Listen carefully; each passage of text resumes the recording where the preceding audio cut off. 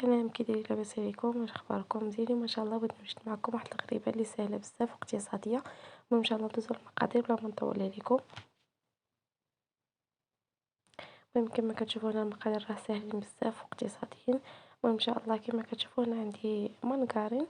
انا استعملت 250 غرام. المهم انا استعملت هذا النوع. هنا عندي خماره ديال 20 غرام. المهم استعملوا نتوما غير جوج ونص. الخمارات حمر، قبيصه الملحه اوفاني، دي كاس سنيده، نص كاس ديال الزيت. هنا عندي كاس ديال كاوكاو اللي محمره وطحنته مزيان، اللي بغى يدير اللوز يديرو. وهنا عندي الطحين، المهم الطحين على حسب الخليط. المهم ان شاء الله غادي نبداو. انا جبت لك الساعه ديالي فاش غادي نديرها. غادي ندير مانغارينيه الاولى، وغادي نزيد عليها فاني، وغادي نزيد عليها كاس سنيده، وغادي نحاول نذوبهم مزيان. المهم هنا راه ما درتش الزبده الدوم، المهم راه قاصحه شويه، ولكن غنحاول معها حتى نذوبها. انا راه قاصحه، نسيت ما ذوبتهاش. المهم خدمت بها انا نيشان صافي. غادي نذوبها ان شاء الله. بقى نبرك عليها بالكف ديال يدي حتى غادي تذوب ان شاء الله، وغادي تدخل مع سنيده. صافي هنا من بعد ما ذوبتها، صافي هنا كما شفتوا ما بقاش قاصحه كما الاول. صافي هنايا غادي نبقى نبرك عليها بالقدم ديال يدي، راه كتذوب دغيا. انا زدت داك نص كاس ديال ديال الزيت، هو غادي نحاول ندخلها مزيان مزيان حتى ما يبقاولياش في الجناب، باش الحلوه ديالي مابقاش طلق ليا الزيت. حيت الا بقات سنيده ما داخلاش في الزبده، راه هي اللي كتخلي العجينه تطلق الزيت. صافي هنا غادي نحاول ندخلها مزيان، وغادي نحاول نردها بحال الكريمه كما شفتوا على هذا الشكل. صافي هنا غادي نزيد هاد الكاس ديال الكاوكاو. المهم انا استعملت فيه كاوكاو، اللي بغا يستعمل اللوز يستعملو. كاس ديال اللوز تا هو يكون محمر او مطحون.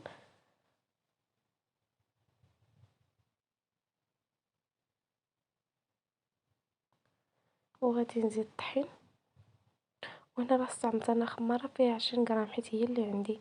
اللي عند المهم نديرو جوج ونص. انا هنا استعملت هذه.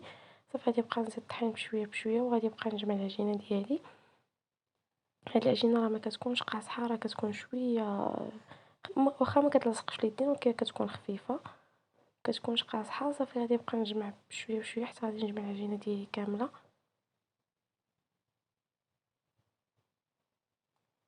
ونبقى نزيد الطحين بشويه بشويه. المهم هنا انا كنجمع العجينه وكنزيد في الطحين.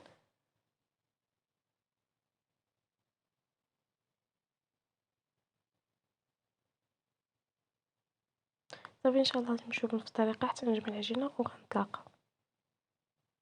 صافي انا من بعد ما عجنتها، هو العجين كي كيكون راه كيكون راطب كما كتشوفوا، ما كيكونش قاصح على هذا الشكل. صافي هنا غادي نجيب كما شوف هنا نص كيلو نشاط ليه منه، راه ما شاطيش منه بزاف. المهم انا جبت سكر كلاصي غربلته. المهم سكر كلاصي مزيان، شويه د الكركاع. اللي عنده كاوكاو ولا عنده اللوز، اللي ما عندوش كاع ما يديرهاش. صافي هنا بقيت كنشد واحد شويه العجين وكندورو على يدي. صافي كنفندو في سكر كلاصي. المهم الا بغيتو ديروها صغيره كبيره، انا هنايا درتها متوسطه. حتى اللي ما عندوش لا ما عندوش لا كركاع لا كاوكاو لا لوز يديرها عادي، راه كتجي زوينه.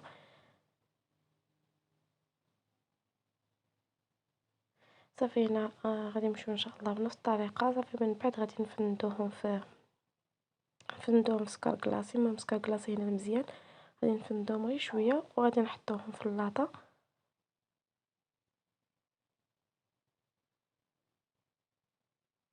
صافي على هذا الشكل.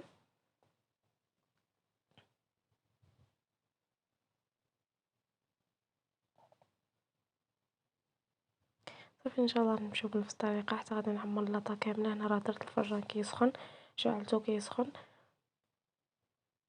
حيت هنايا ما خصهاش طيب بزاف لحقاش فيها سكر كلاصي، راه كيتحمر لها الوجه. صافي هنا غادي نشعلو الفران، وغادي نديروها من الفوق حتى تشقق، عاد غادي نشعلو لتحت. المهم انا شديت هاد اللوزات بقيت كنديرو من الوسط، اللي ما عندوش بلاش. المهم انا عندي في الدار ودرتو. صافي هنا غادي نشعل الفران. قلت لكم من قبل غنشعل الفران، غادي نخليها تشقق من الفوق، نشعلها العافيه من الفوق حتى تشقق، عاد نشعلها من التحت.